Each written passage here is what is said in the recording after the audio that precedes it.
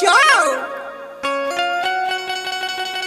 अरे वाह वाह, बनल रहा ये ब्यास। हर फागुन का लहर एकदम कहर ढहले बाहू।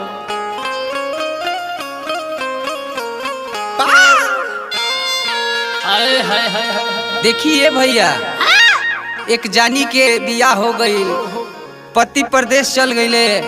अच्छा, यही फागुन के मौसम में औरत फोन लगावती अपना पति भी, और का कहतिया, कौन भाव में कहतिया, कैसे कहतिया हो? बुझेल न पिया तू तो जियरा के बात हो। हाय हाय हाय हाय। सेज पे अकेले निरात हो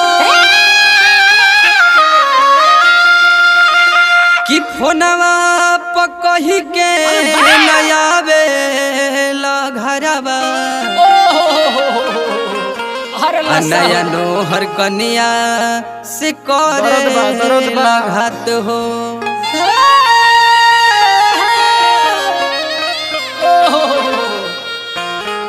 वाह वाह, दर्द अरे बना रहो मास्टर साहब कि फागुन में मन ना लागे, अरे की बढ़ल परेशानी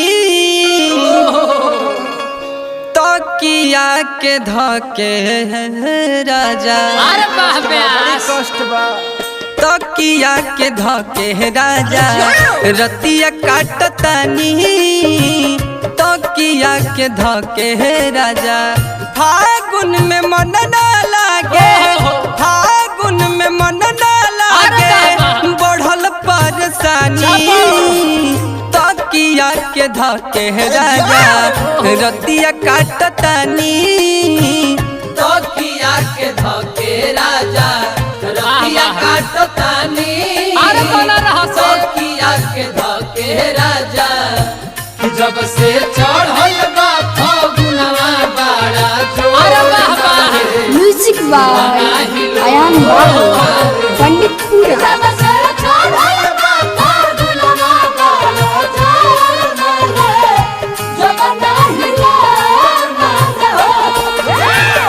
रतिया काटतानी तो किया के धके राजा रतिया काटतानी तो किया के राजा।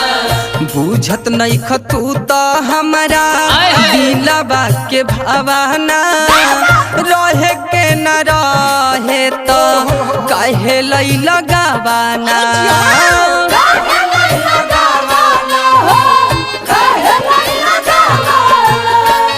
बुझत नहीं खतू तो हमारा दिलवा के भावना रहे के न रहे तो काहे लई लगावाना। बिरह के अगिया ए राजा जी, अरे अम्बो से आ जाओ। बिरह के अगिया में, बिरह के अगिया में हम जरतनी तकिया के धके राजा रतिया काटतानी तो किया के धके राजा रतिया काटतानी और बना रहे धके राजा। ए बलमुआ, सरगम अरे रिकॉर्डिंग बाबू से स्टूडियो आ सहार। जाओ। ए राजा, ए राजा फगुआ में जान पड़िया अब बर्दाश्त नहीं के हो। चापा चापा ए राजा हो, विरह से अरे बना रहो मास्टर साहब।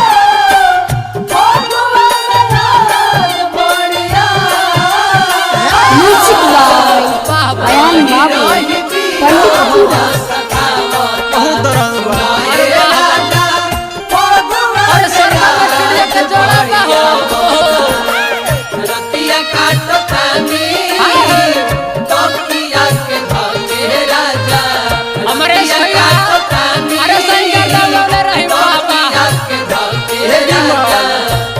तोहरा बिना फीका लागे रंगवा अबीर हो अब न सहाई राजा फगुआ के पीर हो दर्द बा अरे तो छोड़ का देवा भराइनु बा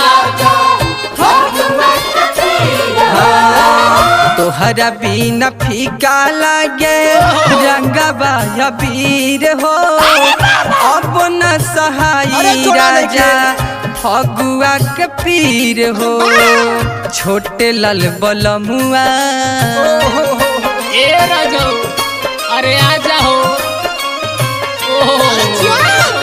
छोटे लाल बलमुआ रउआ छोटे लाल बलमुआ रउआ बातली ही मानी तकिया के धके राजा रतिया काटतानी तकिया के धके राजा रतिया काटतानी तकिया के धके राजा